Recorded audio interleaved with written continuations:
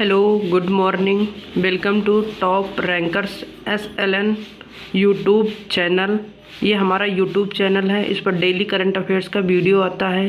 Please इस channel को subscribe कीजिए। आज 5 नवंबर 2024 का करंट अफेयर्स क्लास है। ये फूल पत्ती वाली क्लास का ये हैंड नोट्स है और हमारा चैनल है top rankers SLN YouTube channel. इसी पर ये वीडियो आता है और ये चैनल आप लोग प्लीज़ सब्सक्राइब कीजिए। आइए देखते हैं पहला क्वेश्चन देखते हैं। ISA यानी इंटरनेशनल सोलर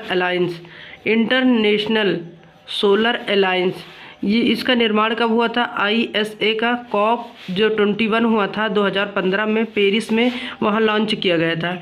इसके जो संस्थापक देश थे वो था इंडिया और फ्रांस। इन दोनों ने मिलकर जो है इंटरनेशनल सोलर अलायंस जो है बनाया था, इंडिया और फ्रांस ने। जब फ्रांस में यानी पेरिस में 2015 में COP 21 हुआ था उस समय इसमें जो है अभी लेटेस्ट जो देश शामिल हुआ है नेपाल हुआ है, इसमें साइन किया है, लेटेस्ट देश शामिल हुआ है। जो इंटरनेशनल सोलर अलायंस यानी अंतर्राष्ट्रीय जो सौर गठबंधन है, इसका हेडक्वार्टर है वो गुरुग्राम हरियाणा में है। अभी इस चर्चा में है क्योंकि इसका 7वां जो है सत्र जो है आयोजित हो रहा है, नई दिल्ली में आयोजित किया जा रहा है आयोजन। इसलिए 2024 में इसका अध्यक्ष जो है भारत है और उपाध्यक्ष जो है वो फ्रांस बना हुआ है। वर्तमान में इसके जो महानिदेशक हैं वो अजय माथुर है और इसी बैठक में नए महानिदेशक की घोषणा की गई है, आशीष खन्ना, जो 2025 से जो है अपना कार्यभार संभालेंगे। लेकिन अभी वर्तमान में जो अंतर्राष्ट्रीय सौर गठबंधन के जो अध्यक्ष या महानिदेशक बोल सकते हैं तो अजय माथुर है और अभी जो नए बनेंगे वो आशीष खन्ना बनेंगे, 2025 में अपना कार्यभार संभालेंगे। अभी ब्रिक्स 2024 का जो आयोजन हुआ था रूस में, कजान इसका होस्ट था, रूस कजान। और SCO 2024 में होस्ट अस्थाना कजाकिस्तान था। आसियान 2024 का होस्ट वियंतियने यानी लाओस था, वियंतियने वहाँ का शहर है लाओस का। G20 2024 इटली में हुआ था, पुगलिया में। और G7 जो है 2024 इटली पुगलिया में हुआ था और G20 जो 2024 ये ब्राज़ील में हुआ। और G20 2023 जो हुआ था G20 वो भारत में हुआ था और 2024 में ब्राज़ील होस्ट कर रहा है। और COP 29 जो हो रहा है वो बाकू अजरबैजान COP 29 का जो है वो होस्ट है और 28 का जो था UAE था। पहला क्वेश्चन पूरा पहला क्वेश्चन का एक्सप्लेनेशन देखिए। आइए देखते हैं दूसरा क्वेश्चन देखते हैं कि माउंट लेबोटोबी लौकी ज्वालामुखी में विस्फोट हुआ है। तो माउंट लेबोटोबी लौकी ज्वालामुखी कहाँ है? तो इंडोनेशिया। यहाँ अभी विस्फोट हुआ है क्योंकि इंडोनेशिया जो है पैसिफिक रिंग ऑफ फायर में स्थित है, इसलिए यहाँ हमें ज़्यादातर ज्वालामुखी या मतलब ज्वालामुखी जो है वो विस्फोट होता रहता है और भूकंप आते रहते हैं क्योंकि पैसिफिक रिंग ऑफ फायर में स्थित है इंडोनेशिया में। और भी जो माउंटेन है वहाँ भी जो है ज्वालामुखी आते रहते हैं, जैसे माउंट मेरापी हुआ, माउंट सिनाबुंग हुआ, माउंट क्राकाटोआ हुआ। ये सारे ज्वालामुखी जो है इंडोनेशिया में स्थित है। अभी इंडोनेशिया के नए राष्ट्रपति कौन बने हैं? तो प्रबोवो सुबियांतो जो है इंडोनेशिया के नए राष्ट्रपति बने हुए हैं। कुछ नए और ज्वालामुखी देखते हैं और किस देश में स्थित हैं। ये जैसे विसुवियस हुआ, स्ट्रोम्बोली और एटना। विसुवियस, स्ट्रोम्बोली, एटना ये इटली में है। तीनों कहाँ स्थित है? इटली में। और स्ट्रोम्बोली को ही भूमध्य सागर का प्रकाश स्तंभ कहा जाता है। स्ट्रोम्बोली जो ज्वालामुखी है इसको भूमध्य सागर का प्रकाश स्तंभ कहा जाता है। कोटोपैक्सी जो है इक्वाडोर देश में है। इक्वाडोर साउथ अमेरिका जो एक देश है, साउथ अमेरिका का एक देश है इक्वाडोर, वहाँ जो है कोटोपैक्सी है। मोना लावा है ज्वालामुखी, ये हवाई द्वीप अमेरिका में है। बैरन द्वीप अंडमान निकोबार यानी भारत में है।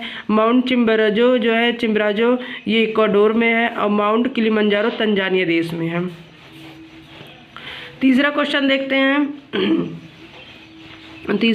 देखते हैं।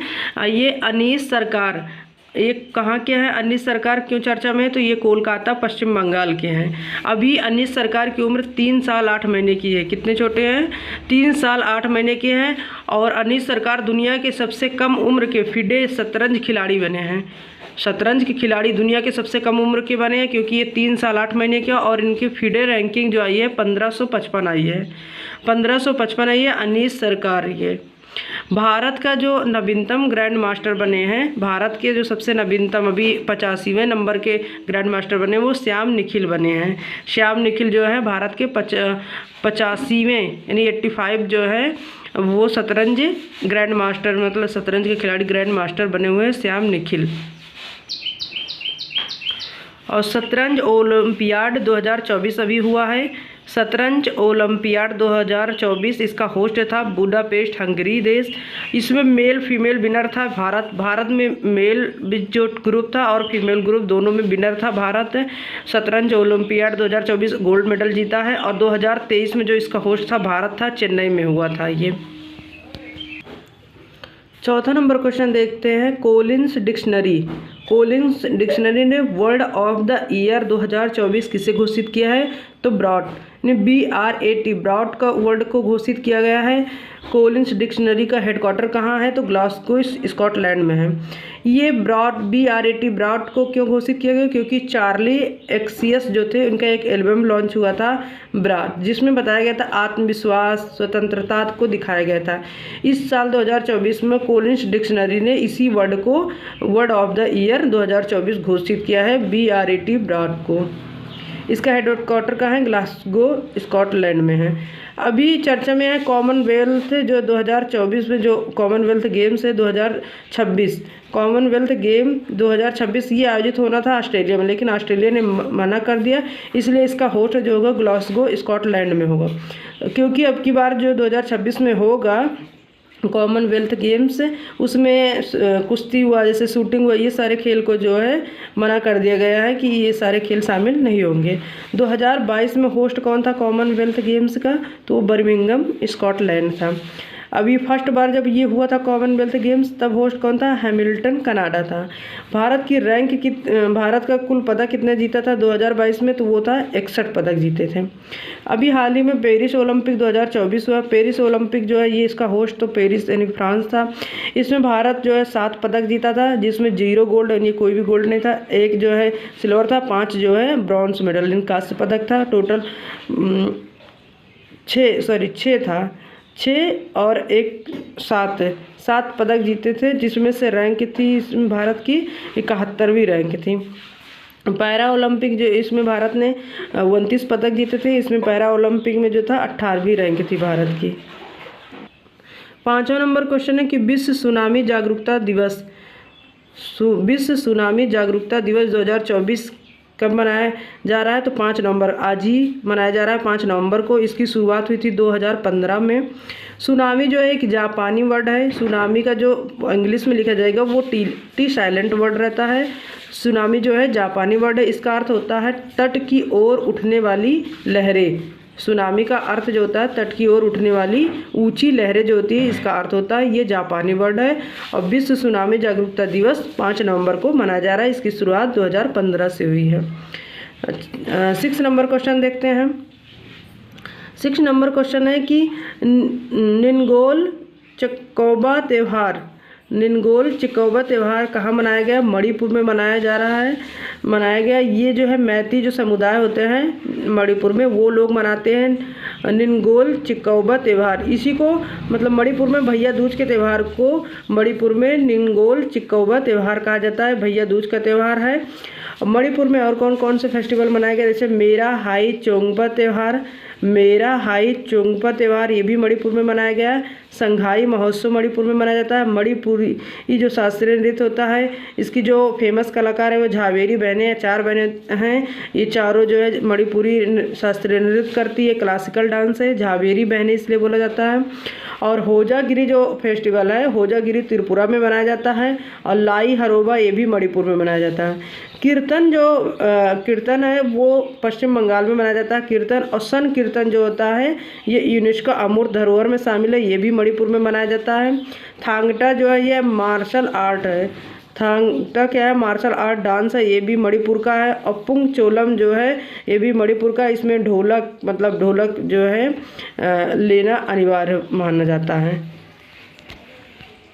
7वां क्वेश्चन देखते हैं।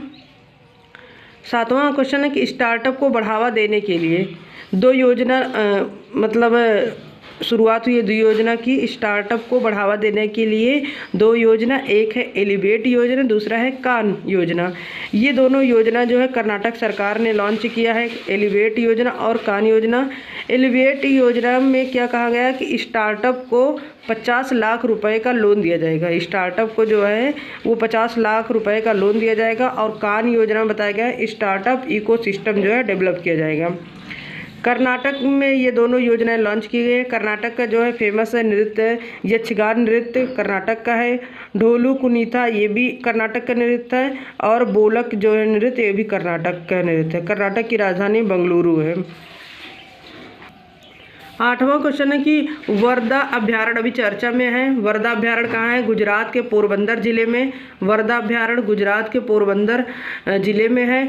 वर्धा में अभी शेर सफारी का उद्घाटन किया गया है। शेर सफारी बनाया जा रहा है। शेर सफारी का उद्घाटन किया गया है वर्धा अभ्यारण्य में। ये किलगंगा नदी के पास है।